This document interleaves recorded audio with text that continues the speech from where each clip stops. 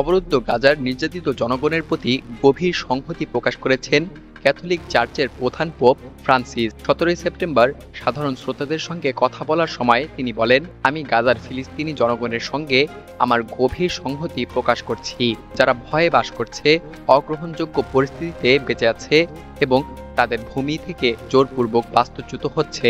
Israeli বাহিনী গাজা পুরোপুরি দখলের লক্ষ্যে ভয়াবহ বোমাবর্ষণ এবং স্থল হামলা চালিয়ে লাখ লাখ বাসিন্দাকে উচ্ছেদের জন্য অবৈধ কৌশল প্রয়োগ করছে বলে তিনি মন্তব্য করেন। পোপ ফ্রান্সিস আরও বলেন, আমি যুদ্ধবিরতি, জিম্মিদের মুক্তি এবং আলোচনার মাধ্যমে কূটনৈতিক সমাধানের আহ্বান জানাচ্ছি।